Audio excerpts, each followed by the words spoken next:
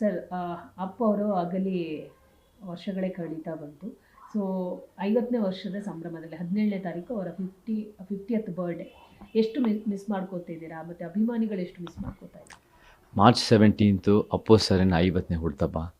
ನನಗೆ ಅಪ್ಪು ಸರರು ಭಾಳ ಒಳ್ಳೆ ಸ್ನೇಹಿತರಾಗಿದ್ದರು, ದೊಡ್ಡ ಅಣ್ಣನ ಥರ ಇದ್ದರು. 10 ವರ್ಷ ನಾವು ಒಂದೇ ಜಿಮ್ಗೆ ಹೋಗಿದ್ವಿ, ಒಳ್ಳೆ ಬಾಂಧವ್ಯ ಇತ್ತು. ನಮ್ಮ ಮದುವೆಗೂ ಬಂದಿದ್ದರು, ಭಾಳ ಪ್ರೀತಿ ವಿಶ್ವಾಸ ತೋರಿಸ್ತಾಯಿದ್ರು. ನಮ್ಮ ಹೋರಾಟಗಳಲ್ಲೇ ಅಪ್ಪು ಸರು ಒಳ್ಳೆಯದು ಚೇತನ್ ಮಾಡಿ ಅಂತ ಭಾಳ ಬೆಂಬಲಿಸ್ತಾಯಿದ್ರು. ಆ್ಯಂಡ್ ನಾನು ಕೂಡ ರಾಮ್ ಸಿನಿಮಾದಲ್ಲಿ ಅವ್ರ ಜೊತೆ ಆ್ಯಕ್ಟಿಂಗು ಮಾಡೋಕ್ಕೆ ಅವಕಾಶ ಸಿಕ್ಕಿತ್ತು, ಯಾವಾಗ 2008-09ರಲ್ಲಿ.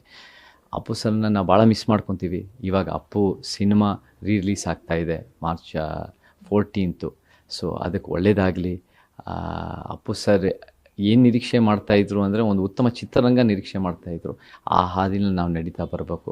ಅಪ್ಪು ಸರ್ನ ಅವರು ಕೂಡ ಹೋಗ್ತಾ ಇವಾಲ್ವ್ ಆಗಿ ಇನ್ನೂ ಒಂದು ಶಿಕ್ಷಣದ ಬಗ್ಗೆ ಮತ್ತು ಯೂತ್ ಎಂಪ್ಲಾಯ್ಮೆಂಟ್ ಬಗ್ಗೆ ಎಷ್ಟು ಕೆಲಸ ಮಾಡ್ತಾಯಿದ್ರು, ಅದನ್ನೆಲ್ಲ ನಾವು ಮುಂದುವರಿಸ್ತಾ ಅವರನ್ನು ನೆನಪಲ್ಲಿಟ್ಕೊಂಡು ಅವರು ಮಾಡ್ತಿರೋ ಒಂದು ಉತ್ತಮ ಕೆಲಸಗಳು ಸಮಾಜಕ್ಕೆ ಮತ್ತು ನಮಗೆ ಕೋವಿಡ್ ಟೈಮ್ನಲ್ಲಿ ಭಾಳ ಜನಪರವಾಗಿ ಅದು ಕೂಡ ಕೆಲಸ ಮಾಡಿದರು. ಸೊ ಅದೇ ಥರ ಸೇವೆ ಮತ್ತು ಚಿತ್ರರಂಗದ ಏಳಿಗೆ ಮತ್ತು ಉತ್ತಮ ಸಿನಿಮಾಗಳು ಬರೋ ರೀತಿಯಲ್ಲಿ ನಾವೆಲ್ಲ ಮುಂದುವರಿಸ್ತಾ ಅಪ್ಪು ಸರನ್ನು ನೆನೆಸ್ಕೊಂಡು, ಮತ್ತು ಅಪ್ಪು ಸಿನಿಮಾನೂ ಮಾರ್ಚ್ 14 ಆ ಅಪ್ಪು ಅನ್ನೋ ಒಂದು ಸಿನಿಮಾದಿಂದ ಅಪ್ಪು ಸರ್ ಹೆಸರು ಅನ್ನೋದು ಬಂತು ಅಂತ ನಮ್ಮೆಲ್ಲರಿಗೂ ಗೊತ್ತು. ನಾನು ಕೂಡ ಯಾವಾಗಲೂ ಅಪ್ಪು ಸರ್ ಅಂತಲೇ ಕರಿತಾ ಇದ್ದೆ.